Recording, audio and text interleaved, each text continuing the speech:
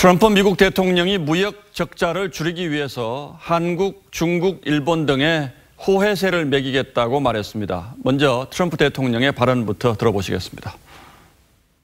We cannot continue to let people come into our country and rob us blind and charge us tremendous tariffs and taxes, and we charge them nothing. We lose vast amounts of money with China and Japan and South Korea and so many other countries. It's a little tough for them because they've gotten away with murder for 25 years.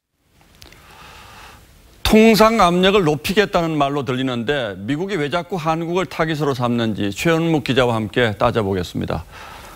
최 기자, 이 호혜세라는 말 자체로만 듣고 보면 그렇게 나쁜 뜻 같지는 않은데 이게 대체 무슨 세금입니까?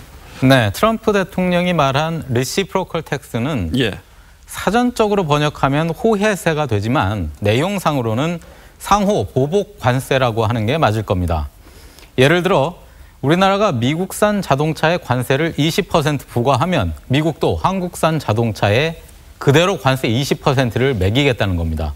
물론 자동차는 한미 FTA로 관세율이 0%지만 호혜세가 도입이 되면 양국 간의 제품별로 치열한 관세 전쟁이 벌어지면서 한국 수출이 큰 타격을 받게 될 겁니다.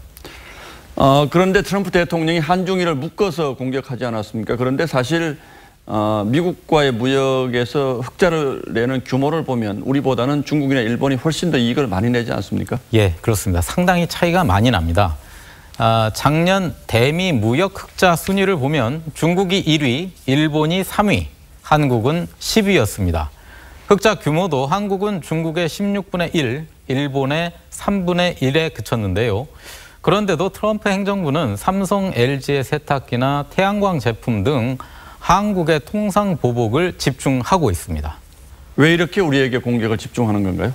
아무래도 한중일 3국에서 우리가 가진 국력과 대응 전략 이런 것들이 다른 나라와 차이가 나기 때문인데요.